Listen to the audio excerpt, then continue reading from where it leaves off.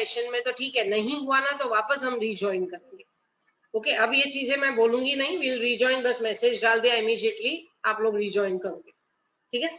सो चलो, आज मैंने जो तुम लोगों को प्रॉब्लम दिया है, ये प्रॉब्लम में कुछ 3-4 पॉइंट्स कवर हो रही हैं जो हमको ध्यान में रखनी है। देखो क्या क्या है प्रॉब्लम में। Mister X has a soap factory at Pune, following is the profit and loss account. Pune में उसका सोप फैक्ट्री है and this is the profit and loss account which has been given. एक मिनट मुझे कंफर्म करने दो, यही problem post किया है ना।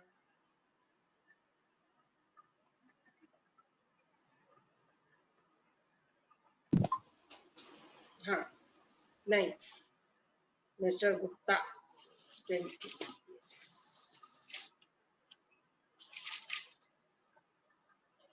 Okay, I am sorry. Yes, so problem number 20 मैंने पोस्ट किया हुआ है तुम लोग को, वो देखते हैं हम लोग। ओपनिंग स्टॉक दिया हुआ है आपको। Mister Gupta is having a trading business and is trading and profit and loss account is given below. Trading and profit and loss account दिया हुआ है। जो कॉमन चीजें हैं वो आप इग्नोर करोगे, जो आपको कंसिडर करनी चाहिए सिर्फ हमको वही ध्यान में रखना है। इनकम फ्रॉम बिजनेस का ये चौथा प्रॉब्लम है शायद।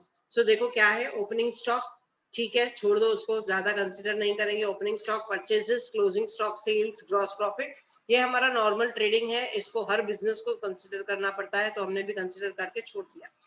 अब हम लोग आते हैं प्रॉफिट एंड लॉस अकाउंट में। प्रॉफिट एंड लॉस अकाउंट में दिया हुआ है salary to employees including contribution to PF. अब पीएफ का कॉन्ट्रीब्यूशन सैलरी टू एम्प्लॉइज में इंक्लूड किया हुआ है, ठीक है। कितना कॉन्ट्रीब्यूशन है वो नीचे हम लोग को दिया रहेगा। ओके, हम लोग वो देख लेंगे।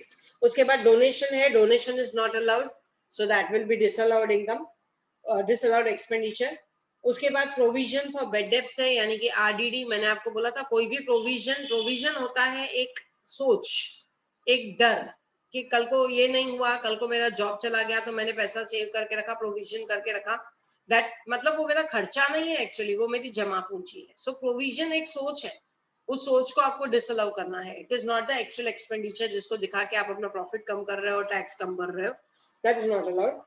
उसके बाद नेक्स्ट दिया हुआ है आपको बोनस टू एम्प्लॉइज, ठीक है। इंटरेस्ट ऑन बैंक लोन, ठीक है। Family planning expenditure incurred on employees, employees के ऊपर family planning expenditure, this is not allowed. Family planning expenditure is not allowed purely, okay, it's a personal expenditure. उसके बाद next आता है आपका depreciation, then income tax, income tax is not allowed, ये हमने पहले भी किया था। उसके बाद आते हैं हम लोग नेट प्रॉफिट, ग्रॉस प्रॉफिट दिया हुआ है, ओके। नीचे दिया हुआ है depreciation allowed as per income tax rules. ऊपर डेप्रिसिएशन आप जो एड में लिखोगे मींस जो आपने लगाया हुआ है उसको डिसअलाउ कर दो, जो इनकम टैक्स दे रहा है उसको अलाउ कर देंगे। मतलब आपने जितना डेप्रिसिएशन लगाया है, अगर चेक करोगे तो डेप्रिसिएशन हमने 30,000 लगाया है, उस 30,000 को एड बैक करोगे और नीचे 40,000 जो अलाउ कर रहा है उसको हम लेस करेंगे, okay. Expenses disallowed add, expenses allowed less. उसके बाद नेक्स्ट है payment of bonus to the workers made in सितंबर 2018। ऊपर आपको दिया हुआ है बोनस टू एम्प्लॉइज 50,000 और ये हमारा ईयर है 2019-20 और बोनस हमने पहले ही दे दिया था। Just 1 minute. Bonus is allowed in 2018, actually वो 2018 नहीं 2019 होना चाहिए, ओके। अगर आप उसको सितंबर 2018 भी कंसीडर करते हो, देखो पे आपने पहले कर दिया है और अकाउंट्स में बाद में दिखाया है। ये आपका ईयर दिया हुआ है फाइनेंशियल ईयर 1920, बोनस पे कर दिया था सितंबर 18 में लेकिन दिखाया है हमने 1920 में, that is allowed. Actually bonus payment basis पे दिखाना चाहिए, मतलब आपने लास्ट ईयर पे किया था तो उसको लास्ट ईयर ही दिखा देते थे, लेकिन चलो लास्ट ईयर नहीं दिखाया, इस साल दिखाया, चलेगा। हाँ, बोनस डिक्लेयर्ड होता लेकिन पेमेंट इन सितंबर 20 ऐसा आता आपको, पेमेंट इन सितंबर 20, तो वो फिर 2021 में डिडक्शन दिखाते थे उसका पहले डिडक्शन नहीं होता था, बिकॉज बोनस डिक्लेयर कर दिया और दिखाया बाद में, दिया बाद में। डिक्लेयर करने के टाइम पे आपने अपने अकाउंट्स में दिखा दिया तो दैट इज नॉट अलाउड, क्योंकि डिक्लेयर किया और कल को नहीं दिया तो फिर क्या। मैंने अनाउंस कर दिया, मुझे पता चला मेरा प्रॉफिट है 15 लाख रुपए, let us take an example, profit है 15 लाख रुपए, मुझे किसी ने बोला पागल है तुझे 5 लाख रुपए टैक्स भरना पड़ेगा। मैंने उसको बोला अब क्या करूं, उसने बोला तू 5 लाख बोनस दिखा दे। मैंने अकाउंट्स में डाल दिया 5 लाख रुपया बोनस डिक्लेयर्ड। अब 5 लाख डिक्लेयर्ड दिखा दिया तो मेरा प्रॉफिट हो गया कम 10 लाख रुपए, 10 लाख के ऊपर 30% मुझे 3 लाख रुपए भरने पड़ रहे हैं। खाली एक झूठ बोला मैंने कि मैं बोनस दूंगी, बस इतना झूठ बोला और मेरा 2 लाख रुपए टैक्स बच गया। वैसे 5 लाख भरती थी, अब 3 लाख भरना पड़ रहा है। एक झूठ ने मेरा 2 लाख बचा लिया। मैं बोलूंगी 2-4 और झूठ बोल देती हूँ और मेरा प्रॉफिट 0 दिखा देती हूँ ऑन पेपर, ठीक है, मेरा टैक्स बच जाएगा। तो this is not allowed. Bonus is not allowed on declared basis, bonus is allowed on payment basis. तो यहाँ पे आपने उल्टा किया है, पेमेंट लास्ट ईयर ही हो गया है, दिखाया इस साल है, तो that will be allowed. Okay, payment जब आपके पास पैसा है, आपने लगा दिया, दे दिया, और पे दिखाया अपने बुक्स ऑफ अकाउंट्स में इस साल में, तो दैट विल बी अलाउड, ठीक है। उसके बाद नेक्स्ट आपको दिया हुआ है, out of salary 50,000 pertains to the contribution to RPF which was deposited after the due date. RPF is your recognized provident fund. अब मैं तुम लोग को एक 2 मिनट में फटाफट एक पॉइंट बता रही हूँ। देखो, प्रोविडेंट फंड में कंट्रीब्यूशन 2 तरीके का होता है, एक होता है एम्प्लॉयर का, एक होता है एम्प्लॉय का। ये हम पहले कर चुके हैं, आपको मालूम है। एम्प्लॉय का भले 100% भी हो, ये हम कर चुके हैं पहले सैलरी में। एम्प्लॉय 100% भी करेगा तो चलेगा, लेकिन एम्प्लॉयर 10% से ज्यादा नहीं करना चाहिए, सॉरी 12% से ज्यादा नहीं करना चाहिए। ये हमने पहले किया है। रुको मैं म्यूट करती हूँ, शायद किसी स्टूडेंट के घर पे आवाज है। I am muting all, yes. So चलो, एम्प्लॉयर 12% से ज्यादा नहीं करना चाहिए। लेकिन यहाँ पे क्या होता है प्राइवेट में, अभी अगर लॉकडाउन के टाइम पे आपको मालूम है, तो लोगों ने प्रोविडेंट फंड से पैसा निकाल के काम चलाया, क्योंकि 3-3, 4-4 महीने कंपनी पैसे नहीं दे रही थी। कंपनी पैसे नहीं दे रही थी, एम्प्लॉय सैलरी नहीं दे रहे थे, एम्प्लॉयर्स, तो कहाँ से पैसा आएगा? तो लोगों ने अपने प्रोविडेंट फंड में से निकाला। अब आपका हर महीने का सैलरी, समझो मेरा सैलरी है, लेट अस टेक एग्जांपल 10,000 रुपए, और 1,000 रुपए, चलो एक एजम्पशन लेते हैं, 1,000 रुपए नीतू मैडम मेरा पीएफ कट करती है। तो नीतू मैडम का काम क्या है? वो पीएफ कट करके अपने जेब में रख दे क्या? नो। कॉलेज के अकाउंट में रख दे? नो। मेरे पीएफ अकाउंट में डिपॉजिट करे। साल का मेरे पीएफ अकाउंट में 12,000 डिपॉजिट होगा। मान लो लॉकडाउन लग गया, वो मुझे सैलरी नहीं दे रही है, तो उस 12,000 रुपए में से मैं निकाल सकती हूँ। मेरे प्रोविडेंट फंड अकाउंट में रहेगा। प्रोविडेंट फंड अकाउंट कहाँ मेंटेन होता है? थाने में। We have EPF, online employees provident fund, Thane का अकाउंट है, थाने ब्रांच का। आपको नंबर मिलता है, आप ऑनलाइन उसमें चेक कर सकते हो, जितना चाहिए विड्रॉ कर सकते हो, जितना चाहिए डाल सकते हो, क्योंकि वो पैसा आपका है। लेकिन मान लो नीतू मैडम ने 12 महीने 1,000 रुपया करके कट किया, लेकिन डिपॉजिट नहीं किया, वो कॉलेज के अकाउंट में ही पड़ा है। सुस्ती है, डिपॉजिट करने कोई नहीं जा रहा है, थाना में जाना पड़ेगा डिपॉजिट करने के लिए, इसके लिए सुस्ती है, कोई नहीं जा रहा है। कोई नहीं जा रहा है तो इसका इफेक्ट क्या होगा? They will have to pay tax on it, there will be no deduction of PF. ऐसा होता है, बहुत सारे एम्प्लॉयर्स ऐसा करते हैं, एक महीने का 10-10 हजार, 8-8 हजार पीएफ का एक एम्प्लॉय का, समझो 10 एम्प्लॉय है, 80,000 रुपए, वो लोग कट तो करते हैं लेकिन डिपॉजिट नहीं करते हैं। तो आप बोलोगे फिर वो पैसा किधर करते हैं? वो पैसा अपने पर्सनल यूज के लिए यूज करते हैं। आपका पैसा कट किया, मैं अपनी काम वाली भाई को 1,000 नहीं दे के 900 दे रही हूँ, 100 रुपया उसका जमा कर रही हूँ। ओके, उसने मुझे बोला 12 महीने का जमा करके मुझे एट ए टाइम दो। 100 रुपया मैं उसका जमा कर रही हूँ इन द फॉर्म ऑफ एक, समझो जैसे वीसी होती है, स्मॉल सेविंग होती है, जमा कर रही हूँ उसके अकाउंट में। मैंने उसको बोला तेरा अकाउंट खोल देती हूँ, उसमें डालती हूँ। लेकिन यहाँ मैं कट कर रही हूँ, पर उसके अकाउंट में जाने की सुस्ती है। ऐसे 5 साल तक, 5 साल तक, यानी कि 6,000 रुपए उसके, साल का 1200, 6,000 रुपए 5 साल का मैं यूज करके बैठ गई, खाया पिया, डाइजेस्ट कर लिया, आवाज भी नहीं आई, बिना डकार के हजम कर लिया। तो अगर ऐसा कुछ भी है, आपने ड्यू डेट तक पैसा नहीं डिपॉजिट किया, ड्यू डेट क्या होती है मालूम है आपको? स्टार्टिंग मंथ के 5th तक, 5 तारीख तक, 5 तारीख तक आपका प्रोविडेंट फंड कट होके आपके अकाउंट में जाना चाहिए। अगर एम्प्लॉयर नहीं डिपॉजिट कर रहा है तो एम्प्लॉइज को पूरी पूरी ताकत है, मेरी बात याद रखना, कंपनी में ही आपके साथ कॉमनली होगा, प्रोविडेंट फंड आपके सैलरी में से कट होगा, लेकिन डिपॉजिट नहीं होगा। डिपॉजिट नहीं होगा, 5 तारीख तक डिपॉजिट नहीं हुआ तो आपको ब्याज नहीं मिलेगा।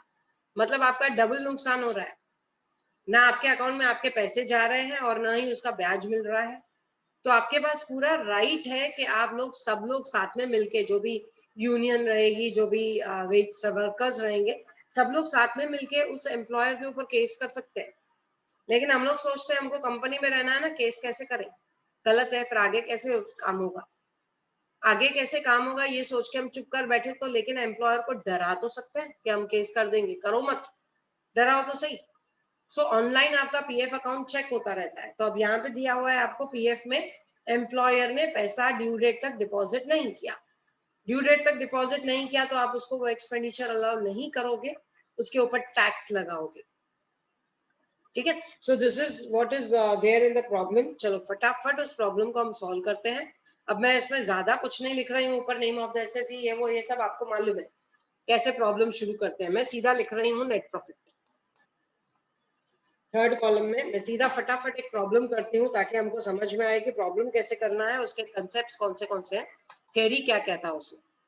तो ये हो गया मेरा नेट प्रॉफिट। इसमें मैं ऐड करूंगी एक्सपेंसेस डिसअलाउड और लेस करूंगी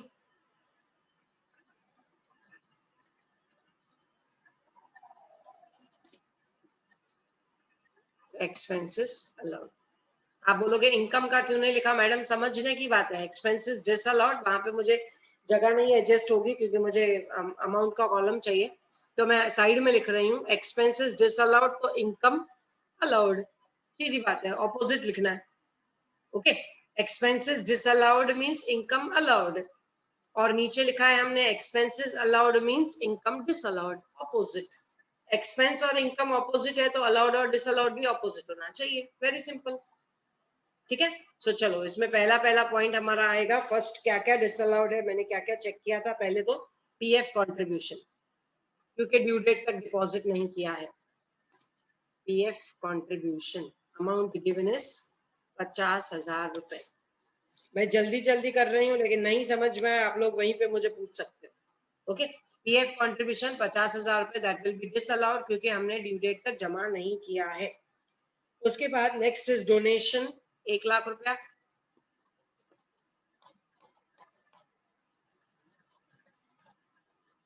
1 2 3 4 5 6, 1,00,000 नहीं है तो 10,00,000 हो गया।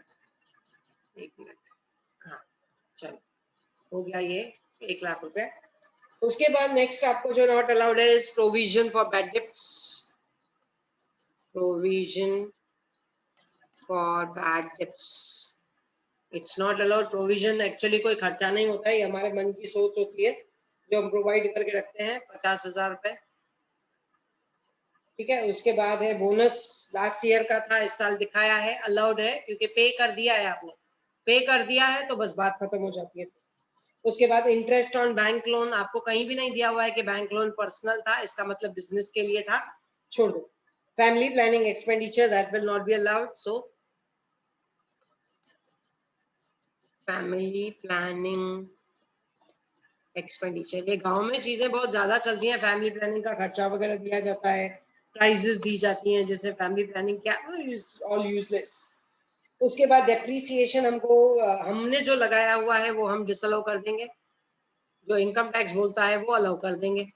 तो यहाँ पे डेप्रीसिएशन है हमारा 30,000 रुपए। उसके बाद इनकम टैक्स पर्सनल है क्योंकि 1,00,000 रुपया। इनकम टैक्स मैं बिजनेस में नहीं दिखा सकती हूँ, वो मेरे इनकम के ऊपर टैक्स है। ठीक है, उसके बाद क्रेडिट साइड में कुछ भी नहीं है, डेप्रीसिएशन। अब एक्सपेंसेस अलाउड में आते हैं, कितना डेप्रीसिएशन हमको इनकम टैक्स ने अलाउ किया है as per IT income tax. ठीक है, कितना उन्होंने डेप्रीसिएशन हमको अलाउ किया है, तो अमाउंट इज 40,000 रुपए। बोनस की पॉइंट हो गई 50,000, प्रोविडेंट फंड की पॉइंट हो गई। ये हो गया आपका प्रॉब्लम। इसको आप लोग कंप्लीट करोगे तो you will be getting 150, 2 lakhs, 3 lakhs, 3,50,000।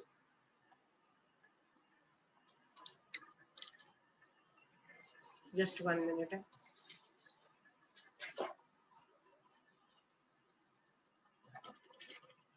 Yes, total करते जाओ। ये टोटल होता है 3,50,000। इन दोनों को टोटल किया 11,50,000 और 3,50,000, तो ये होता है 14, 15, 15 lakhs, जिसमें से आप 40,000 माइनस करोगे। अमाउंट चेक करना, मिस्टेक होगी तो बताना। 14,60,000।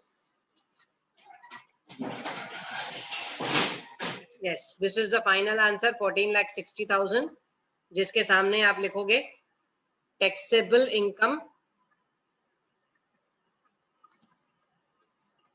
As per taxable income from business, taxable income from business. So यहाँ पे हमने कौन सी पॉइंट सीखी उसके लिए नीचे नोट लिख दो। नोट लिखोगे पहले प्रोविडेंट फंड का, PF allowed only if deposited within due date. Okay, PF allowed only if deposited within due date. ये एक पॉइंट सीखी हमने। उसके बाद फैमिली प्लानिंग एक्सपेंडिचर लिखने की जरूरत नहीं है।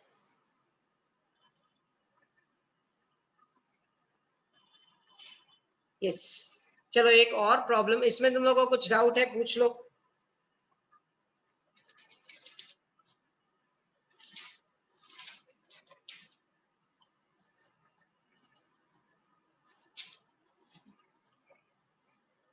एक और प्रॉब्लम है, एक 5 मिनट में मैं तुम लोगों को वापस रिज्वाइन करने का मैसेज डालूंगी और उसका कटिंग में उसका पिक्चर में डाल रही हूँ।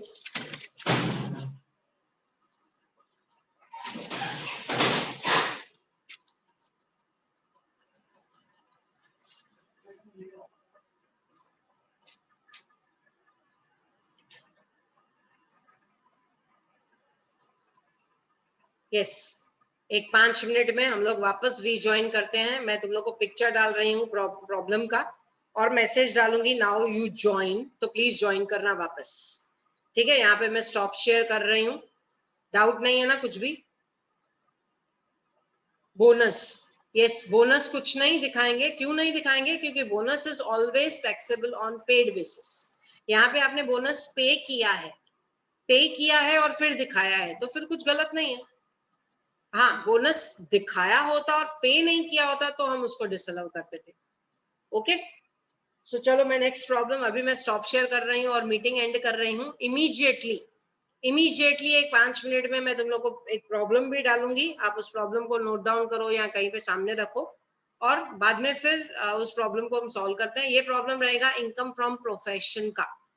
आई don't want to waste time unnecessary, तुम्हारा भी टाइम नहीं वेस्ट करना है, मुझे मेरा भी नहीं। इनकम फ्रॉम प्रोफेशन का प्रॉब्लम मैं तुम लोग को करवा रही हूँ। कैसे प्रोफेशन का करना है, बिजनेस का आपको समझ में आ गया? यस कशिश, एक मिनट।